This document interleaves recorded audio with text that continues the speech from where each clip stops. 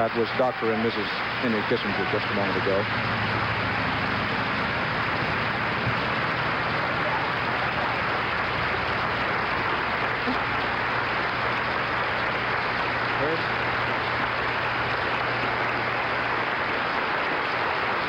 Cabinets over here.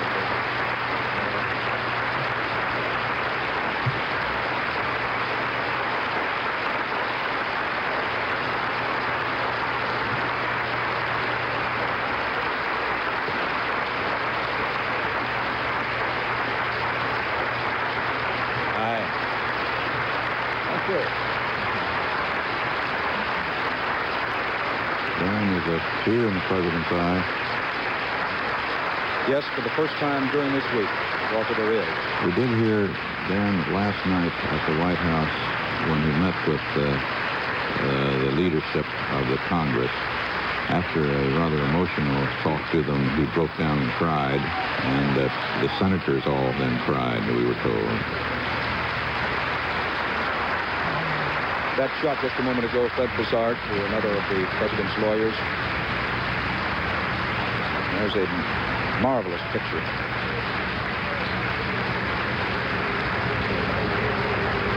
Defense Secretary Schlesinger, as usual, steaming on his pipe.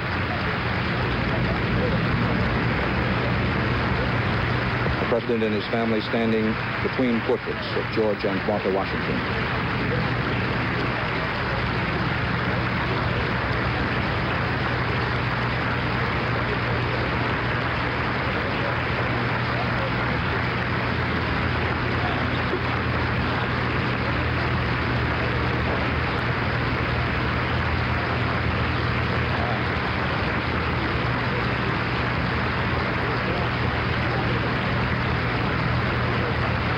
This lengthy standing ovation from members of the White House staff. Tricia, the president's elder daughter, standing at her mother's left.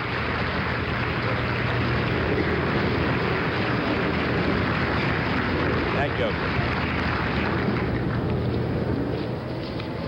Well, members of the cabinet, members of the White House staff, all of our friends here,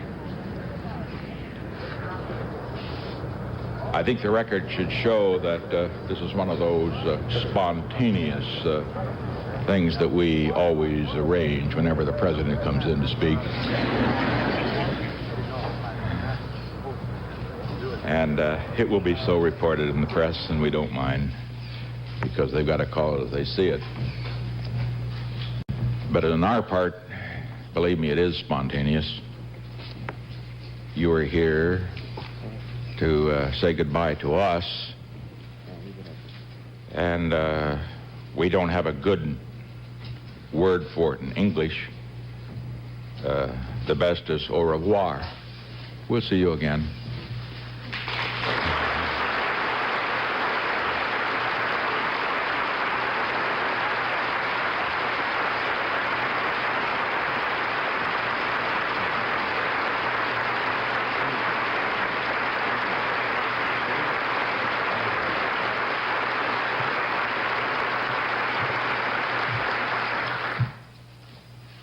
I just met with the members of the White House staff, you know, those that serve here in the White House, day in and day out.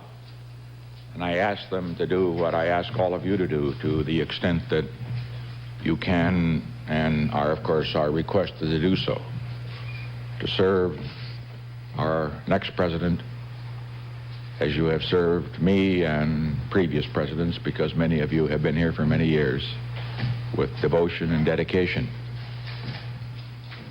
Because this office, great as it is, can only be as great as the men and women who work for and with the president. This house, for example, I was thinking of it as we walked down this hall, and I was comparing it to some of the great houses of the world that I've been in. This isn't the biggest house. Many are, and most, and even smaller countries are much bigger. This isn't the finest house. Many in Europe particularly, and in China, Asia, have paintings of great, great value, things that we just don't have here, and probably will never have until we are 1,000 years old or older. But this is the best house. It's the best house because it has something far more important than numbers of people who serve, far more important than numbers of rooms or how big it is, far more important than numbers of magnificent pieces of art. This house has a great heart, and that heart comes from those who serve. I was rather sorry they didn't come down. We said goodbye to them upstairs. But they're really great. And I recall after so many times I've made speeches, there've been some of them pretty tough. You'd always come back, or after a hard day, and my days usually have run rather long, I'd always get a lift from them, because I might be a little down, but they always smiled. And so it is with you. I look around here and I see so many in this staff that, you know, I should have been by your offices and shaken hands, and I'd love to have talked to you and found out how to run the world. Everybody wants to tell the president what to do. And boy, he needs to be told many times, but I just haven't had the time. But I want you to know that each and every one of you, I know, is indispensable to this government. I'm proud of this cabinet. I'm proud of all the members who have served in our cabinet. I'm proud of our sub-cabinet. I'm proud of our White House staff. As I pointed out last night, sure, we've done some things wrong in this administration. And the top man always takes the responsibility, and I've never ducked it. But I want to say one thing.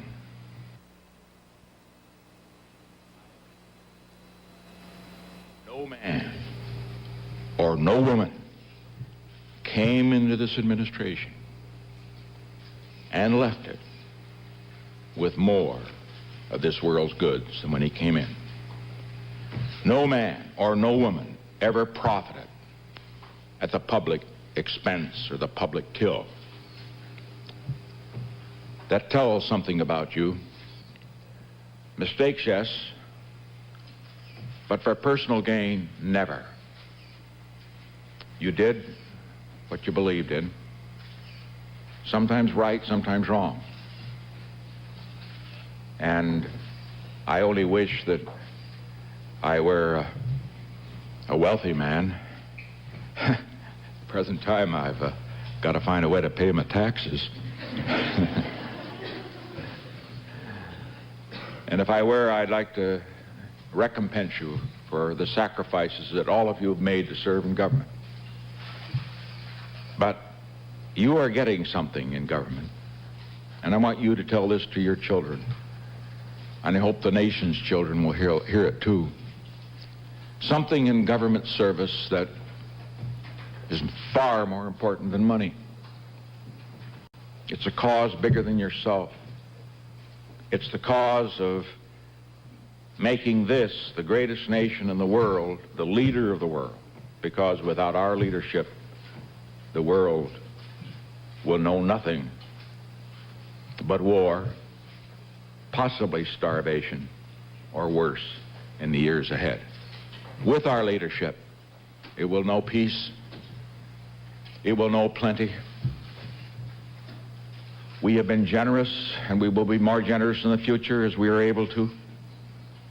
But most important, we must be strong here, strong in our hearts, strong in our souls, strong in our belief, and strong in our willingness to sacrifice, as you have been willing to sacrifice in a pecuniary way to serve in government. Something else I'd like for you to tell your young people. You know, people often come in and say, what'll I tell my kids? You know, they look at government and it's sort of a rugged life, and they see the mistakes that are made. They get the impression that everybody is here for the purpose of feathering his nest. That's why I made this earlier point. Not in this administration. Not one single man or woman. And I say to them, there are many fine careers.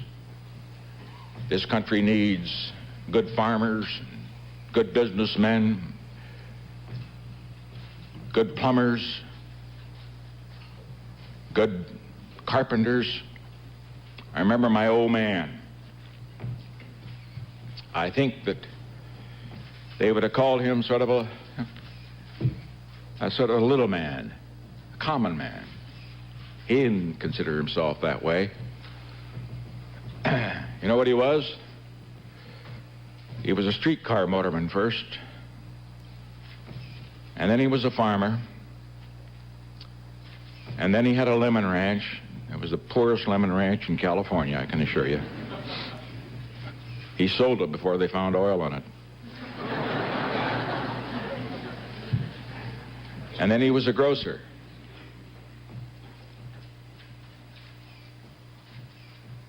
But he was a great man. Because he did his job. And every job counts, up to the hilt, regardless of what happened. Nobody will ever write a book, probably, about my mother. Well, I guess all of you would say this about your mother. My mother was a saint.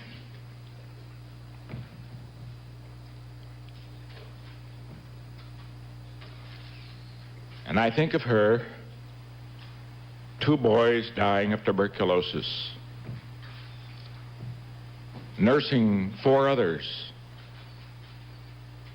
in order that she could take care of my older brother for 3 years in Arizona, and seeing each of them die. And when they died, it was like one of her own. Yes, she will have no books written about her.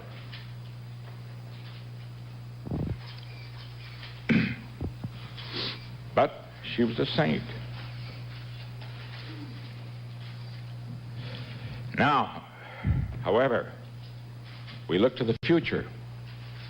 Had a little quote in a speech last night from T.R.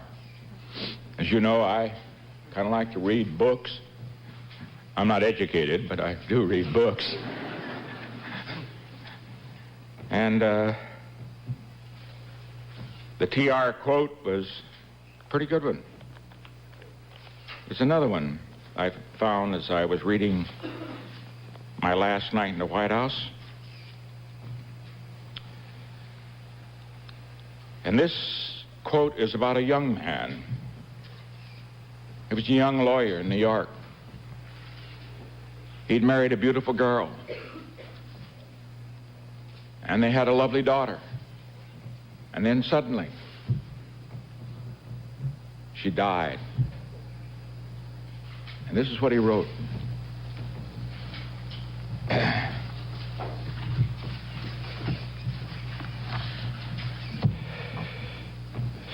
This was in his diary. He said, she was beautiful in face and form, and lovelier still in spirit. As a flower she grew, and as a fair young flower she died. Her life had been always in the sunshine. There had never come to her a single great sorrow. None ever knew her who did not love and revere her for her bright and sunny temper and her saintly unselfishness. Fair, pure, and joyous as a maiden, loving, tender, and happy as a young wife when she had just become a mother, when her life seemed to be just begun, and then the years seemed so bright before her. Then by a strange and terrible fate, death came to her. And when my heart's dearest died, the light went from my life forever. That was T.R. in his 20s. He thought the life had gone from his life forever, but he went on. And he not only became president, but as an ex-president, he served his country always in the arena, tempestuous, strong, sometimes wrong, sometimes right, but he was a man. And as I leave, let me say, that's an example I think all of us should remember. We think sometimes when things happen that don't go the right way, we think that when you don't pass the bar exam the first time, I happened to, but I was just lucky. I mean, my writing was so poor, the bar examiner said, we just got to let the guy through. We think that when someone dear to us dies, we think that when we lose an election, we think that when we suffer a defeat, that all is ended. We think, as T.R. said, that the light had left his life forever. Not true. It's only a beginning, always. The young must know it. The old must know it. It must always sustain us, because the greatness comes not when things go always good for you, but the greatness comes, and you're really tested, when you take some knocks, some disappointments, when sadness comes. Because only if you've been in the deepest valley can you ever know how magnificent it is to be on the highest mountain. And so I say to you on this occasion, we leave proud of the people who have stood by us and worked for us and served this country. We want you to be proud of what you've done. We want you to continue to serve in government if that is your wish. Always give your best. Never get discouraged. Never be petty. Always remember, others may hate you, but those who hate you don't win unless you hate them. And then you destroy yourself. And so we leave with high hopes, in good spirit, and with deep humility, and with very much gratefulness in our hearts. I can only say to each and every one of you, we come from many faiths, but really the same God in a sense. But I want to say for each and every one of you, not only will we always remember you, not only will we always be grateful to you, but always you will be in our hearts and you will be in our prayers. Thank you very much.